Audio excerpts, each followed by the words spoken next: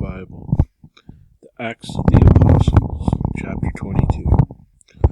Men, brethren, and fathers, hear ye my defense which I make unto you now. And when they had heard that he spake in the Hebrew tongue to them, they kept the more silence, and he saith, I am verily a man which am a Jew, born in Saras, a city in Cilicia.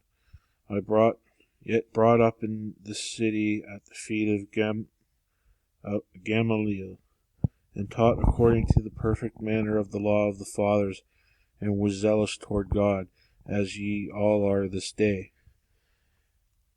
And I persecuted this way unto the death, binding and delivering into prisons both men and women.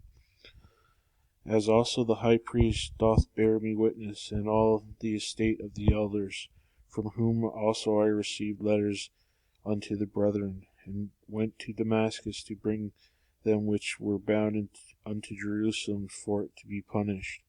And it came to pass that, as I made my journey, and was come nigh unto Damascus about noon, suddenly there shone from heaven a great light round about me. And I fell unto the ground, and heard a voice saying unto me, Saul, Saul, why persecutest thou me? And I answered, Who art thou, Lord? And he said unto me, I am Jesus of Nazareth, whom thou persecutest. And they that were with me saw indeed the light, and were afraid, but they heard not the voice of him that spake to me. And I said, What shall I do, Lord? And the Lord said unto me, Arise, and go into Damascus, and there it shall be told thee of all things which are appointed of thee to do. And when I could not see for the glory of the light, being led by the hand of them that were with me, I came unto Damascus. And one Ananias was the devout man according to the law, having a good report with all the Jews which dwelt there, came unto me and stood and said unto me, Brother Saul, receive thy sight. In the same hour I looked up and upon him. And he said, The God of our fathers hath chosen thee, that thou shouldest know his will, and see that just one, and shouldest hear the voice of his mouth.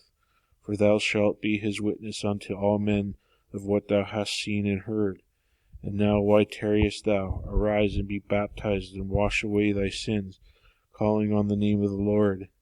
And it came to pass that when I was come again to Jerusalem, even while I prayed in the temple, I was in a trance, and saw him saying unto me, Make haste, and get thee quickly out of Jerusalem, for they will not receive thy testimony concerning me.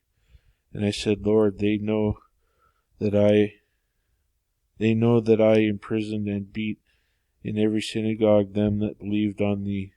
And then, when the blood of thy martyr Stephen was shed, I also was standing by and consenting unto his death, and kept the raiment of them that slew him.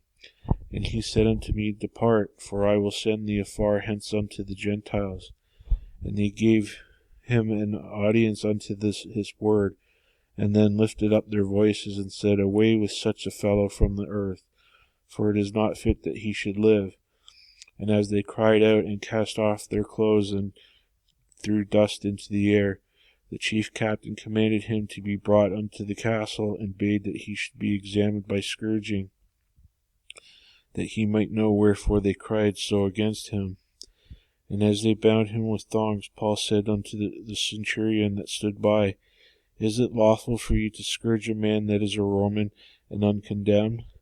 When the centurion heard that, he went and told the chief captain, saying, Take heed that thou doest, for this man is a Roman. Then the chief captain came and said unto him, Tell me, art thou Roman? He said, Yea. And the chief captain answered, With a great sum obtained I this freedom. And Paul said, But I was freeborn. Then straightway they departed from him which should have examined him, and the chief captain also was afraid, after he knew that he was a Roman, and because he had bound him. On the morrow, because he would have known the certainty wherefore he was accused of the Jews, he loosed him from his bands, and commanded the chief priests and all their council to appear, and brought Paul down and set him before them.